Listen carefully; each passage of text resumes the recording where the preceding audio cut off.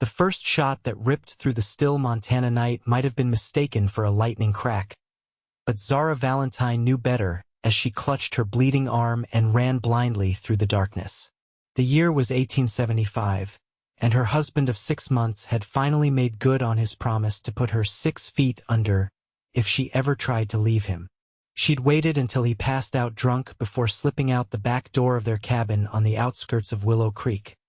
But Marcus had stirred sooner than expected, grabbing his rifle and firing after her into the moonless night.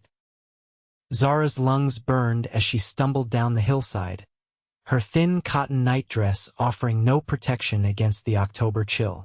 Her bare feet were bleeding and numb from the rocky terrain, but the pain was nothing compared to what awaited if Marcus caught her. 3 broken ribs from last month's discipline still hadn't healed properly, and the bruises from yesterday's beating had barely begun to form. Rain started to fall, first as gentle drops and then in sheets that plastered her long auburn hair to her face and back. In the distance, she could make out the silhouette of a small ranch, the Jameson place. She'd seen the owner in town once or twice, a quiet man who kept to himself. Samuel Jameson had bought the property last spring and had been slowly building it up into something respectable. People in town said he'd come from Texas with nothing but his horse and the clothes on his back. Zara hesitated at the edge of his property.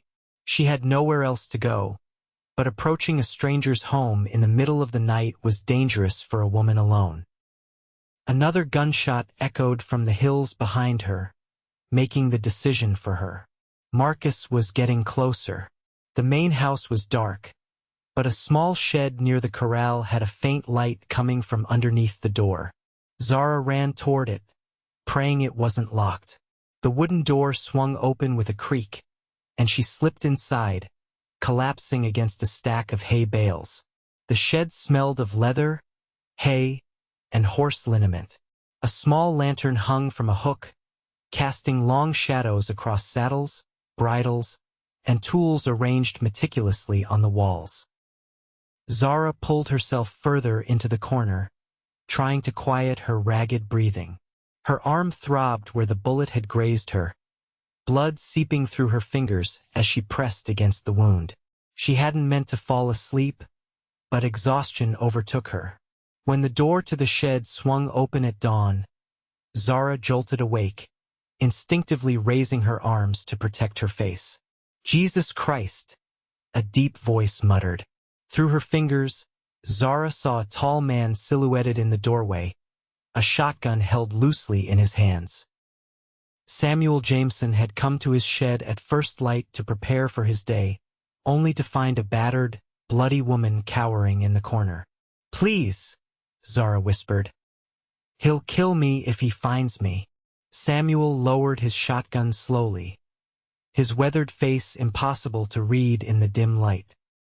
He was younger than she'd thought, maybe 30, with dark hair that curled slightly at his collar and a neatly trimmed beard that didn't quite hide the scar running along his jawline. "Marcus Valentine?"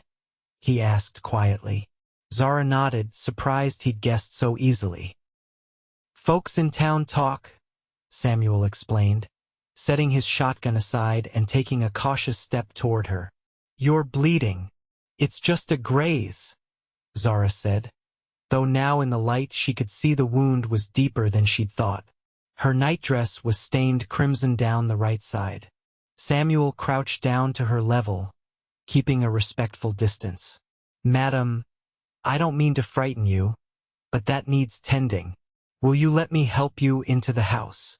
Zara hesitated, years of hard lessons making her wary of any man's offer of help. But the gentle concern in his eyes was unlike anything she'd seen in a long while. "He might come looking," she warned. A hardness came into Samuel's eyes that wasn't there before. "Let him try." He stood and offered his hand. "No one will hurt you again. Not while you're under my roof."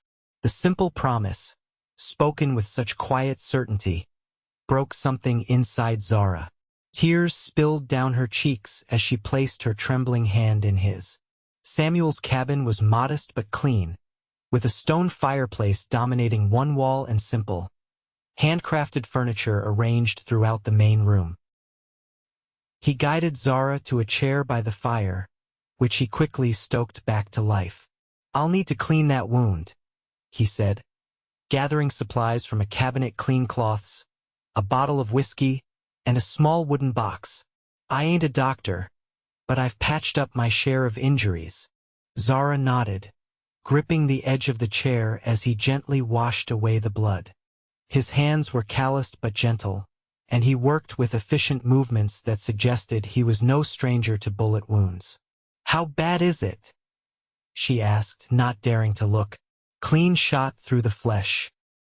Won't need stitching, but it'll be sore a spell." He soaked a cloth in whiskey. "This is going to hurt." Zara bit down on her lip as the alcohol burned through the wound, but she didn't cry out.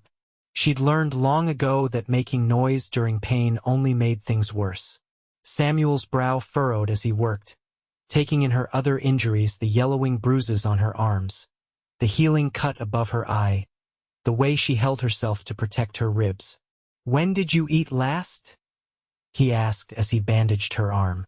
Zara had to think. "Yesterday morning, I think." Without another word, Samuel moved to the small kitchen area and began preparing a simple breakfast: eggs, bacon, and biscuits left over from the previous day. The domestic normalcy of it was jarring after the terror of the night. "Why are you helping me?" Zara finally asked as he set a plate before her. Samuel considered her question as he poured coffee into 2 tin cups. "Because it's the right thing to do." He sat across from her.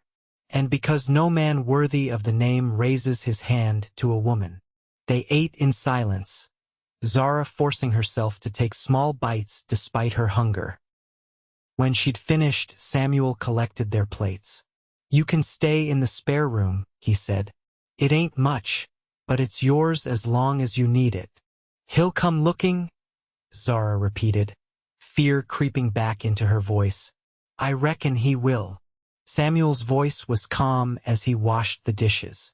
"But this is my property, and I got the right to protect what's on it."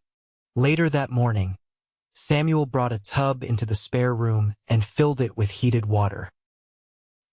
He left clean clothes: a shirt and trousers that would swim on her small frame, but were better than her bloodied nightdress and gave her privacy to bathe. In the warm water, Zara examined the damage Marcus had done over the past 6 months. Bruises in various stages of healing mapped the progression of his rage across her body. She'd been so pretty once, or at least that's what Marcus had said when he'd courted her after her father died, leaving her alone in the world at 18. He'd seemed so kind then, so protective.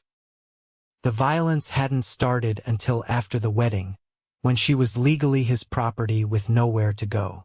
She dressed in Samuel's clothes, rolling up the sleeves and pant legs, securing the waist with a piece of rope.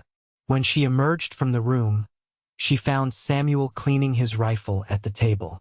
"I need to ride into town," he said without looking up. "Get supplies and let Sheriff Miller know what's happened." Zara froze. "The sheriff won't help. Marcus drinks with him every Saturday." Samuel finally looked at her, his blue eyes steady. "Miller's a fair man. He won't stand for a man shooting at his wife, no matter who he drinks with." "Please," Zara whispered, "don't leave me here alone." Samuel's expression softened. "You can ride with me if you're feeling up to it. Might be better for folks to see you anyway. Let them know what kind of man Valentine really is." Zara hesitated, then nodded. The thought of facing the townspeople terrified her, but the idea of being left alone terrified her more. Samuel helped her onto his second horse, a gentle mare named Daisy, and they rode toward Willow Creek. The small town consisted of one main street with the essential businesses: general store, saloon, blacksmith, and sheriff's office. As they rode in, Zara felt eyes tracking their progress, whispers following in their wake. They stopped first at the sheriff's office, where Miller, a graying man with a perpetually stern expression, listened to their account with growing concern. "Valentine came by here at dawn," Sheriff Miller said when they'd finished. "Claimed someone kidnapped his wife. Didn't mention anything about shooting at you." He studied Zara's bruised face. "I suspected something wasn't right with that marriage, but without a complaint. I'm filing one now," Zara said, her voice stronger than she expected. Miller nodded. "I'll have a talk with him. In the meantime, you stay with Jameson if that suits you both. Valentine's less likely to try something if you're not alone." From there, they went to the general store, where Samuel bought supplies: food, clothing for Zara, and ammunition. The shopkeeper's wife, Mrs. Wilson, pulled Zara aside while Samuel paid. "You're doing the right thing, dear," the older woman whispered.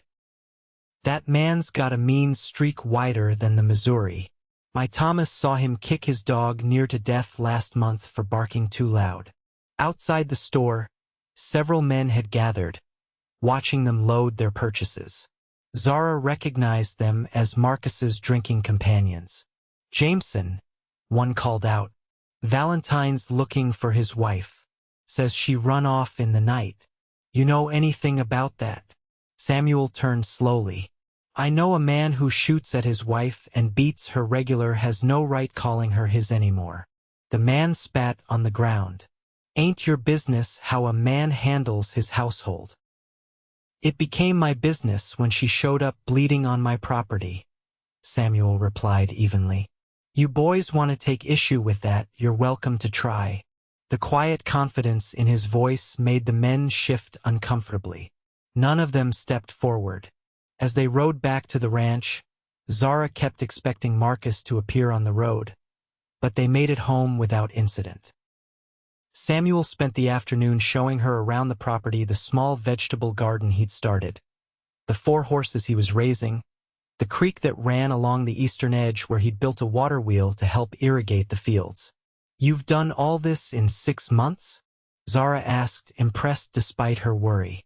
Samuel nodded. "Had a place like this back in Texas. Lost it in the war."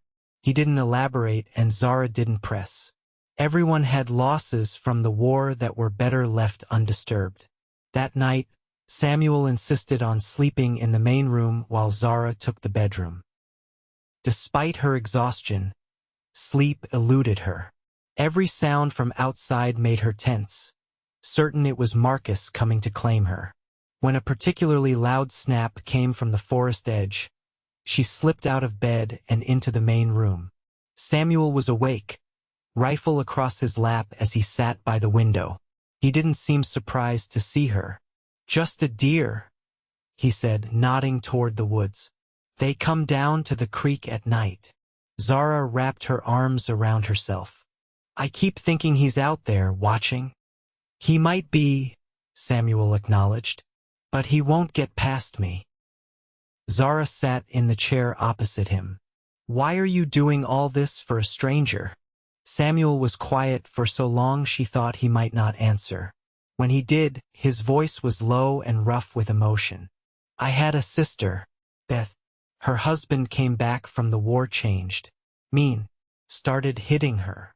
He stared out the window. "She wrote to me about it, but I was halfway across Texas driving cattle. By the time I got her letter and rode home, she was already buried." "I'm sorry," Zara whispered. "I found him in a saloon, celebrating his new engagement not 3 weeks after putting my sister in the ground." Samuel's hands tightened on the rifle. "I did things I ain't proud of that night. Had to leave Texas after. But I swore I'd never stand by again if I saw a woman in trouble." The raw pain in his voice resonated with something inside Zara. Without thinking, she reached across the space between them and placed her hand on his arm. They sat that way until dawn broke over the mountains. The next 3 days fell into an unexpected rhythm. Samuel taught Zara about the ranch, how to feed the horses, tend the garden, repair fences. She helped with cooking and mending, grateful to be useful after months of being told she couldn't do anything right. They talked little but worked well together, developing an understanding that didn't need many words. On the fourth day, Sheriff Miller rode out to the ranch. His expression told them the news before he spoke. "Valentine's gathered some men," he said grimly. "Claims you've stolen his property, meaning you, Mrs. Valentine. Says if you don't return by sundown, he's coming to take you back." "How many men?" Samuel asked. "5, including him. All armed." Miller looked uncomfortable. "I tried to talk sense into them, but they're liquored up and looking for trouble.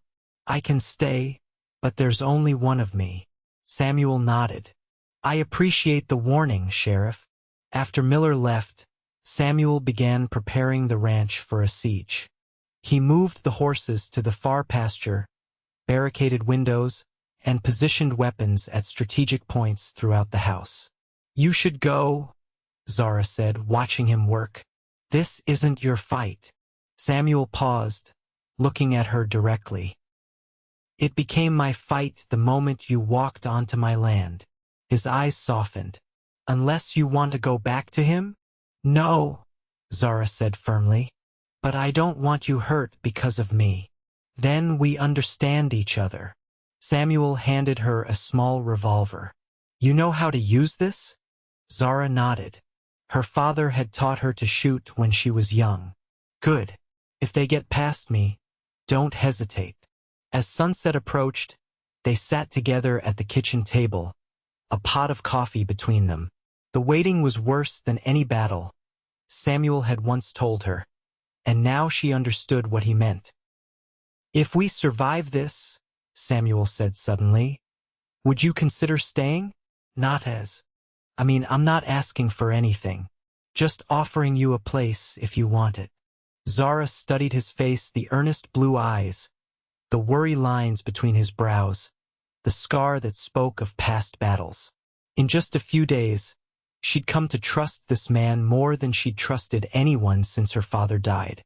"I'd like that," she said softly. Before Samuel could respond, a shout came from outside. "Valentine, send out my wife and we'll leave you be." Samuel moved to the window, keeping to the side. 6 men, not 5. They've spread out around the house. Zara gripped the revolver tighter. "Marcus is a poor shot when he's been drinking. Let's hope they've all been drinking then." Samuel positioned himself by the door. "Valentine," he called out. "Mrs. Valentine has filed charges against you with Sheriff Miller. You're trespassing on my property. I suggest you leave while you can." Laughter answered him, followed by Marcus's slurred voice. "She's my wife under the law. You're the one who'll be charged with theft and adultery." "Final warning," Samuel called. "Leave now." The first shot shattered the front window. Samuel pushed Zara toward the back of the house as more bullets splintered the wood around them. They took cover behind the solid oak table Samuel had overturned earlier. "Stay down," he instructed, returning fire through a gap in the barricaded window. A cry from outside told them he'd hit someone. The shooting paused, then resumed with renewed fury. "They're trying to circle around back," Samuel said, moving toward the rear of the house. "Watch the front." Zara positioned herself where she could see the front door while staying protected.